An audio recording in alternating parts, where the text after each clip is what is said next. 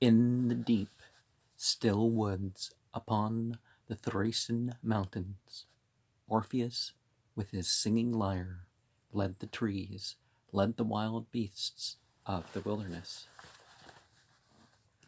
Everything, animate and inanimate, followed him. He moved the rocks on the hillside and turned the course of the rivers. Little is told about his life before his ill-fated marriage, for which he is even better known for his music. But he went on one famous expedition and proved himself a most useful member of it. He sailed with Jason on the Argo, and when the heroes were weary or the rowing was especially difficult, he would strike his lyre, and they would be aroused to fresh zeal, and their oars would smite the sea together in time to the melody. Or if a quarrel threatened, he would play so tenderly and soothingly that the fiercest spirits would grow calm and forget their anger. He saved the heroes, too, from the sirens, when they heard, far over the sea, singing so enchantingly sweet that it drove out all other thoughts except a desperate longing to hear more, and they turned the ship to the shore where the sirens sat. Orpheus snatched up his lyre and played a lute so clear and ringing that it drowned the sound of those lovely, fatal voices. The ship was put back on her course, and the winds sped her away from the dangerous place. If Orpheus had not been there, the Argonauts, too, would have left their bones on the Sirens' Island, where he first met and how he wooed the maiden he loved, Eurydice. We are not told, but it is clear that no maiden he wanted could have resisted the power of his song. They were married, but their joy was brief. Directly after the wedding, the bride walked in a meadow with her bridesmaids. A viper stung her and she died. Orpheus's grief was overwhelming. He could not endure it. He determined to go down to the world of death and try to bring Eurydice back. He said to himself, "With my song I will charm Demeter's daughter. I will charm the Lord of the Dead, moving their hearts with my melody. I will bear her away from Hades." He dared more than any other man ever dared for his love. He took the fearsome journey to the underworld. There he struck his lyre, and at the sound of all that vast multitude were charmed to stillness. The dog Cerberus relaxed his guard. The wheel of Ixion stood motionless. Sisyphus sat at rest upon his stone. Tantalus forgot his thirst. For the first time, the faces of the dread female entities, the Furies, were wet with tears. The ruler of Hades drew near to listen with his queen. Orpheus sang, "O entities who rule the dark and silent world, to you all born of a woman needs must come. All lovely things at last go down to you. You are the debtor who is always paid. A little while we tarry up on earth, then we are yours forever and forever. But I seek one who came to you too soon. The bud was plucked before the flower bloomed. I tried to bear my loss, I could not bear it. Love was too strong an entity. O king, you know, if that old tale men tell is true, how once the flower saw the rape of Proserpine, then weave again for sweet Eurydice life's pattern that was taken from the loom too quickly. See, I ask a little thing, only that you will lend, not give, her to me. She shall be yours when her years span is full.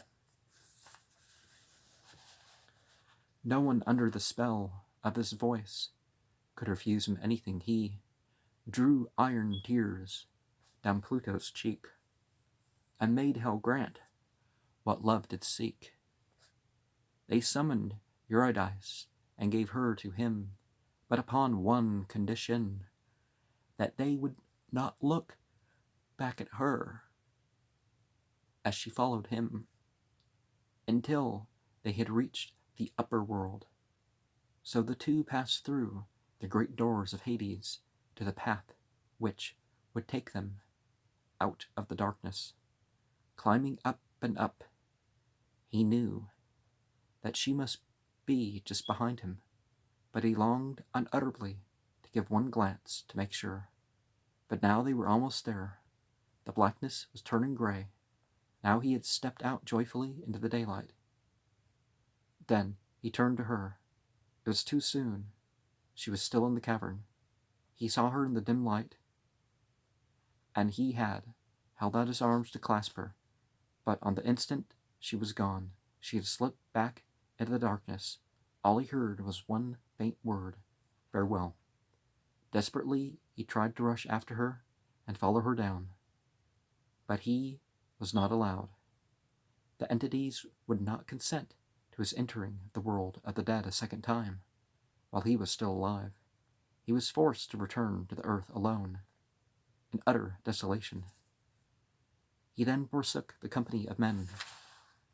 He wandered through the wild solitudes of Thrace, comfortless except for his lyre, playing, always playing, and the rocks and the rivers and the trees heard him gladly. His only companions, but at last a band of Manads came upon him. They were as frenzied as those who killed Pentheus so horribly. They slew the gentle musician, tearing him limb from limb, and flung the severed head into the swift river Hebrus, who was borne along past the river's mouth on to the Lesbian shore. The island, not the preference.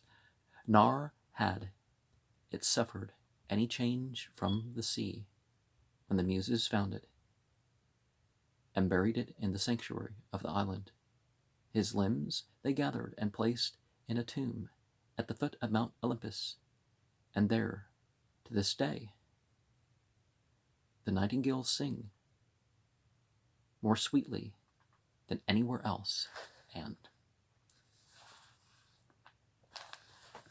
we can compare this in a way to three characters. You got Zarathustra.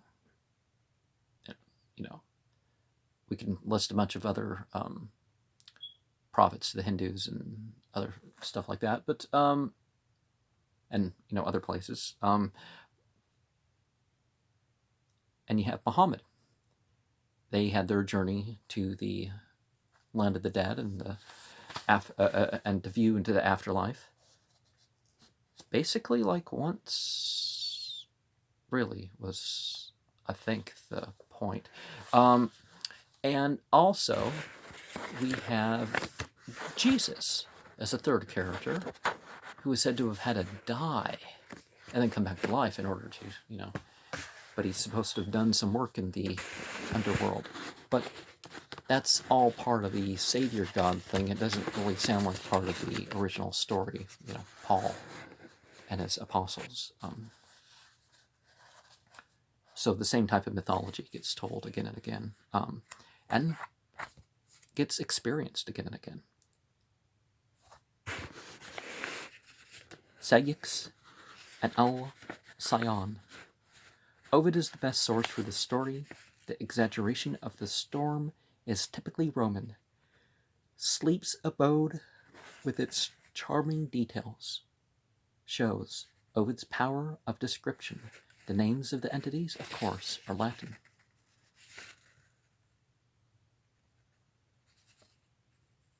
Ceyx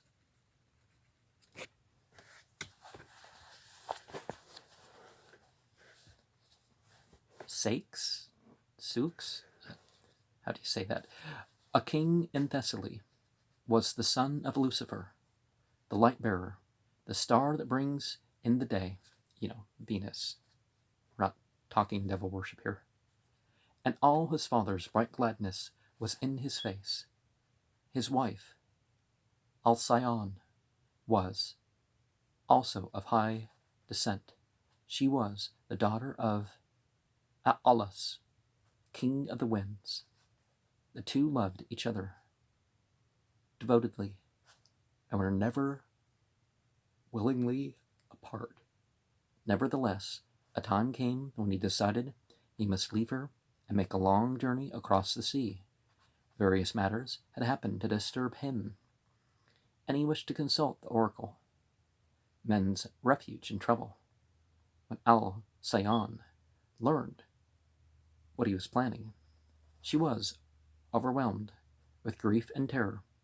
She told him with streaming tears and in a voice broken with sobs that she knew, as few others could, the power of the winds upon the sea.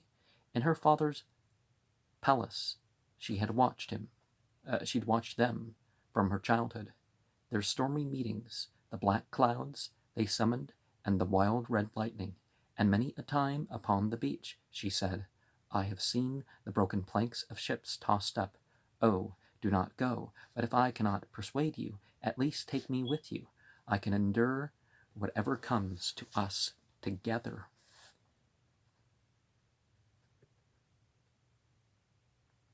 Ceyx was deeply moved, for she loved him no better than he loved her.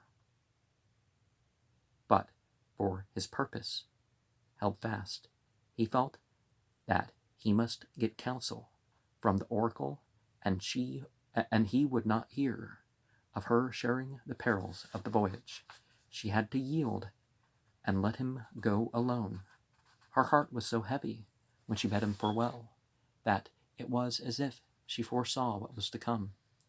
She waited on the shore, watching the ship until it sailed out of sight. Yeah, I remember a moment like that somebody, she looked so sad. She knew that if we parted then it would, sort of be the end. But, that was because we were coming choices of behavior, right? That very night, a fierce storm broke out over the sea. The winds all met in a mad hurricane, and the waves rose up mountain high.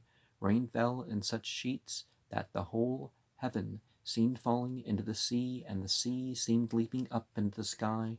The men on the quivering, battering boat were mad with terror, all except one who thought only of Alcyone, and rejoiced that she was in safety. Her name was on his lips when the ship sank and the waters closed over him. Alcyone was counting off the days. She kept herself busy, weaving a robe for him against his return, and another for herself to be lovely in when he first saw her. And many times each day she prayed to what she considered to be gods for him, to Juno most of all. The female entity was touched by those prayers for one who had long been dead. She summoned her messenger, Iris, and ordered her to go to the house of Somnus, entity of sleep, and bid him send a dream to Alcyone to tell her the truth about Ceyx. The abode of sleep is near the Black Country of the Pygmalions, in a deep valley where the sun never shines and dusky twilight wraps all things in shadows. No cock crows there, no watchdog breaks the silence, no branches rustle in the breeze, no clamor of tongues disturbs the peace. The only sound comes from the gently flowing stream of Lethe, the river of forgetfulness, where the waters murmuring entice to sleep. Before the door poppies bloom, and other drowsy herbs. Within, the entity of slumber lies upon a couch, downy soft and black of hue. There came Iris in her cloak of many colors, trailing across the sky in a rainbow curve, and the dark house was lit up with the shining of her garments. Even so, it was hard for her to make the entity open his heavy eyes and understand what he was required to do. As soon as she was sure he was really awake and her errand done, Iris sped away, fearful that she too might sink forever into slumber. Now, one thing you hear about those who worship other than God, these various male and female entities that they consider to be gods, the jinn, is that there's always this thing where you got to be careful.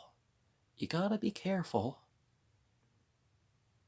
to, make sure they do their task.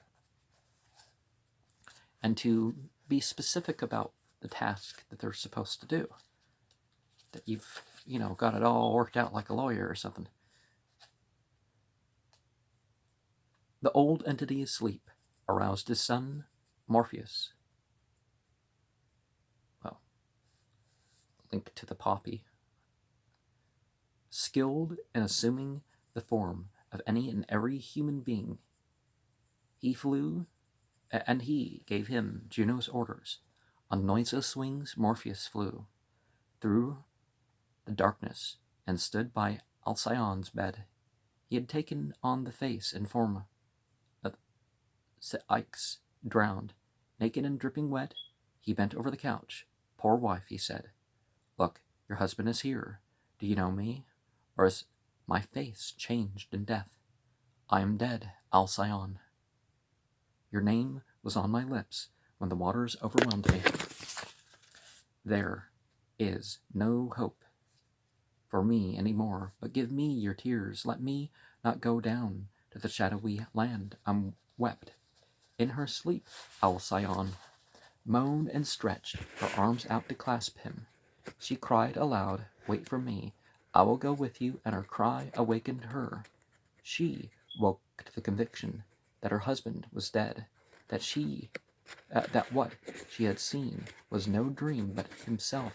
"I saw him on that very spot," she told herself, "so piteous he looked. He is dead, and soon I shall die. Could I stay here when his dear body is tossed about in the waves? I will not leave you, my husband. I will not try to live." With the first daylight she went to the shore, to the headland, where she had stood to watch him sail away. And no, I will not sing the Enya song right here. As she gazed seaward, far off the water, she saw something floating. The tide was setting in, and the thing came nearer and nearer until she knew it was a dead body. She watched it with pity and horror in her heart as it drifted slowly toward her, and now it was close to the headland, almost beside her. It was he, Ceyx, her husband. She ran and leapt into the water, crying, "Husband dearest." And then, oh, wonder, instead of sinking into the waves, she was flying over them.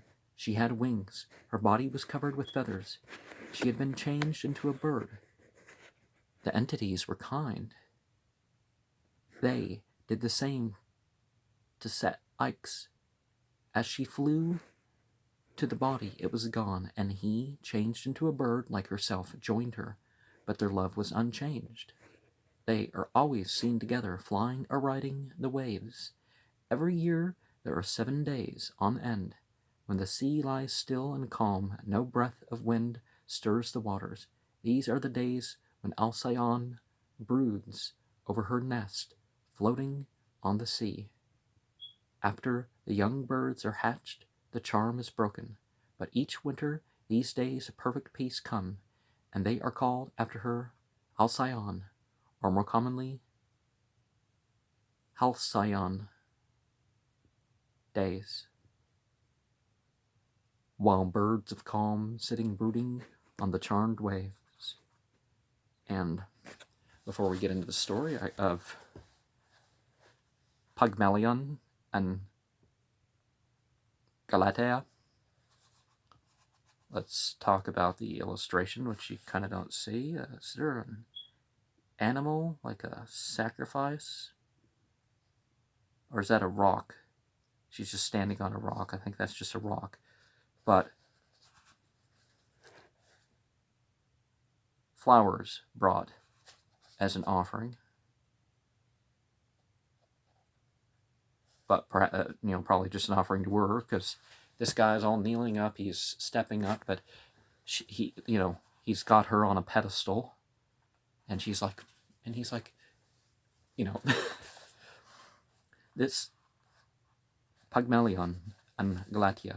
The story is told only by Ovid, and the entity of love is therefore Venus.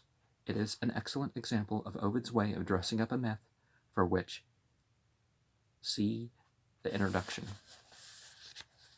A gifted young sculptor, a Cyprus, named Pygmalion, was a woman-hater, detesting the faults beyond measure which nature has given to women. Well, you can love the individual and, hate the faults. He resolved never to marry. His art, he told himself, was enough for him. Nevertheless, the statue he made and devoted all his genius to was that of a woman. Either he could not dismiss what he so disapproved of from his mind as easily as from his life, or else he was bent on forming a perfect woman and showing men the deficiencies of the kind they had to put up with. Well, help people deal with their deficiencies. Thank you very much. I don't think I've ever wanted to marry a woman that I thought was perfect. Of course, at first, maybe you presume there's something,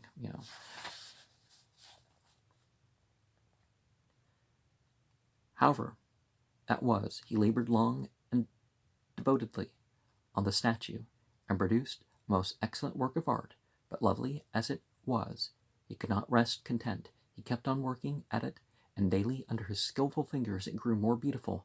No woman had ever born, no statue ever made, could approach it. When nothing could be added to its perfection, a strange fate had befallen its creator. He had fallen in love, deeply, passionately in love, with the thing that he had made. It must be said in an explanation. Get it rumbly the tumbly here. My stomach's growling something fierce. But lovely as it was, he could not rest content. He kept on working at it, and daily under his skillful fingers it grew more beautiful. No woman ever born, no statue ever made, could approach it. When nothing could be added to its perfections, a strange fate had befallen its creator. He had fallen in love, deeply, passionately in love, with the thing he had made. It must be said, in explanation, that the statue did not look like a statue. No one would have thought it was ivory or stone, but warm human flesh, motionless for a moment only.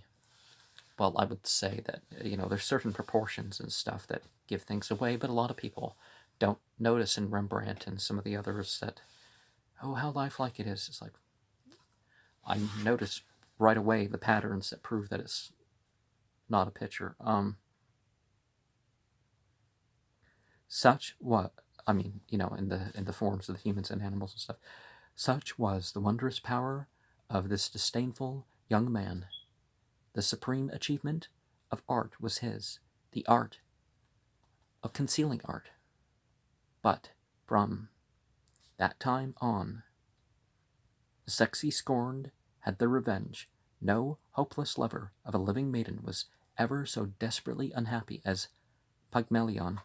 He kissed those enticing lips. They could not kiss him back. He caressed her hands, her face. They were unresponsive. He took her in his arms. She remained a cold and passive form. For a time he tried to pretend, as children do with their toys. He would dress her in rich robes, trying the effect of one delicate or glowing color after another, and imagining she was pleased. He would bring her the gifts real maidens love, little birds and joyous flowers, and the shining tears of amber. Fa Ethon's sisters wept, and then dream that she thanked him with eager affection. He put her to bed at night, and tucked her in all soft and warm, as little girls do their dolls. But he was not a child. He could not keep on pretending.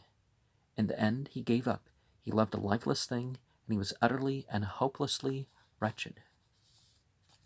This singular passion did not long remain concealed from the female entity of passionate love. Venus was interested in something that seldom came her way, a new kind of lover, and she determined to help a young man who could be enamored and yet original. So is Venus the entity of fetishes too?